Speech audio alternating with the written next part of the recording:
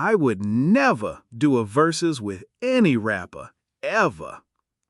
That's Lil Wayne, reportedly. Marcus Muse Ellison here, Muse. And, Tyasha, we gotta unpack that. Is it bravado, respect for the art, a subtle diss to verses, or something deeper about how Wayne wants his legacy preserved? Taisha here. Man, that line hits different depending on how you grew up with Wayne. Laughter. But right off the top, I don't think it's just cockiness. There's history behind this. So yeah, let's set the stage. What Verzuz actually brought to the game? Good call. So quick context. Verzuz was born from Swizz Beatz and Timbaland's friendly producer face-offs, and then blew up during the pandemic as a quarantine cultural event.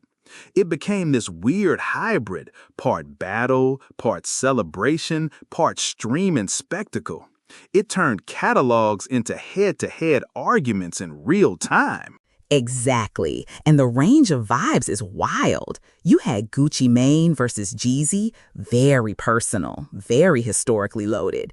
Then you had the Lox versus Dipset, which was like a street-level throwback with a lot of swagger and bragging rights on the line. Others were more celebratory, like Alicia Keys versus John Legend, where it felt like a family reunion more than a war. Right, so the platform matters because it's not just the songs. It's the night. There's energy, crowd, producers picking which records to run, and then the fandom show up like it's a title fight. With Lil Wayne, the question becomes, which side of that stage does he see himself on? And Wayne's catalog, oh man, you can't talk Verzuz and Wayne without wrapping your head around the scope of what he did. Hot Boys, Young Money, the Talk Harder franchise, Talk Harder 2, 3, and then the mixtape era, Dedication series with DJ Drama, the Dedication mixtapes, Da Drought, where he basically reshaped what mixtapes could do for an artist's career. Not to mention the features. There's this whole part of Wayne's legend that's built off his guest verses. Between '06 and '09, he was on like every hot record. He turned features into headline moments. So if you try to compress that into a 20-song verses format, you immediately run into a problem. Depth versus breadth. Exactly. And then think about eras. Wayne's peak wasn't one single run of radio hits the way, say, a Drake era might be. His influence is era spanning. Hot Boys in the late 90s, massive dominance mid-2000s, then cultural blueprint for a whole generation in the 2010s. Finding a peer for him is messy. People throw out names. Jay-Z, Drake, Kanye. Each matchup feels off. Jay, because his catalog is curated differently. He has fewer mixtape moments and more corporate album-driven wins. Drake is interesting because he owes a lot to Wayne, but also eclipses him commercially. Kanye, artistic heavyweight, but different lane. And you gotta remember Wayne's stick. Improvisation, punchlines, surprise quotables. A lot of his best moments are freestyle feeling. Those don't always hit the same way when they're plucked out as the song to play in a set list. So structurally, Verzuz could misrepresent what made him great. So let's pivot. Why might Wayne say never? I see at least 4 tracks. Pride and Principle, Protecting the Myth, Structural Limits of the Platform, and Business/Politics. Talk to me, Tyasha. Pride and Principle first. Wayne's always framed his catalog as art, not a scoreboard. He might feel that putting it on a night where it's a versus cheapens the work. Like, I didn't make these songs to be judged by a crowd tally on one Saturday night. That makes sense to me. Yeah, Protecting the Myth is another. Wayne built a mystique, the Martian, the off-kilter genius. Agreeing to a public matchup risks puncturing that mystique. If one night doesn't go the way fans expect, that soundbite circulates, and myths are fragile in the viral age. Structural limits. Verzuz historically has song limits and format choices made by the platform. You can't show every mixtape moment, every unreleased verse, every DJ drop.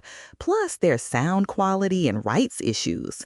Wayne's catalog lives in mixtape vaults and features that may not be easily licensed or presented the way he would want. Business and politics is huge. Who controls the event? Who profits? Wayne has always tried to maneuver his business in ways that secure legacy and income. Young Money was about creating heirs to influence.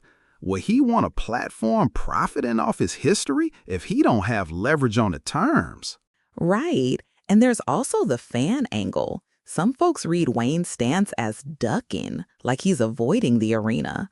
Others see it as wisdom. Not every artifact needs to be validated by a live showdown. I'm curious, Muse, do you think refusing is anti-competitive, or is it a different way of competing? I think it's a different vision of competition. Traditional hip-hop competition used to be battle rap, freestyles, diss tracks. Wayne's version was more longitudinal, influence across decades. He competed by saturating the culture, countless features, mixtape dominance, change in flows. That isn't a one-night event. That's key. Competition doesn't always mean head-to-head. Wayne let his catalog marinate and his influence bubble up. For example, look at how modern rappers drop punchlines that literally echo Wayne's cadence or metaphors. That's a win you can't measure at Red Bull TV on a Saturday. Also, think about the audience. Verzuz rewards nostalgic fans who can yell the next hook, but Wayne's fans are split. Some live for the mixtape verses that never hit radio, others for the mass market singles. A single night might favor one cohort and give a skewed reading. Let's run a quick thought experiment. If Wayne ever did change his mind, what would make sense? I'd argue it would have to be a celebration format, multi-night event with a curator role for Wayne. Maybe a Verzuz that functions as a joint anthology, not a win or lose. Yeah, or something like a producer battle, Wayne versus the producers who've defined his sound. Or a Wayne X, where the other side is an era or a theme, not a single artist. Maybe a features night, where he and another star alternate their best guest verses. That actually could honor the thing he excels at. Or an asymmetrical format, longer set, ability to pull in unreleased mixtape cuts, creative staging where Wayne isn't forced into a back and forth song contra-intuitive rhythm. Give him control, and he might entertain it. But here's the cultural rub. Fans want clarity. We love matchups because they're easy to tweet about.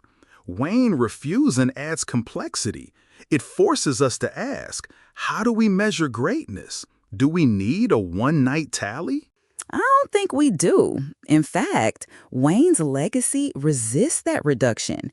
He's a case study in how influence spreads through lines quoted on songs, through artists who built careers off his blueprint, through industry moves like Young Money that created stars. That doesn't fit neatly into a scorecard. And there's a civic element. When an artist like Wayne refuses, it pushes the culture to invent other ways to argue legacy. Curated playlists, documentaries, oral histories, academic takes. That can be healthier than the binary win or lose model. Totally. But let's not romanticize the refusal either. There's real curiosity and entertainment value at stake. Fans wonder, and it's okay to want to see two legends share a stage. The question is whether that spectacle actually clarifies anything beyond momentary bragging rights. So to wrap, Wayne's no verses ever stance isn't a simple ego move. It's a statement about how he wants his work framed, an awareness of format limits, of brand risk, and of a different model of competition that plays out across years, not hours. And for the listeners, if you had to pick who could stand across from Wayne in a versus that would actually make sense, would you want Jay, Drake, Kanye, or someone left field, like a producer-heavy night or a features versus? Tell us why. Tell us why.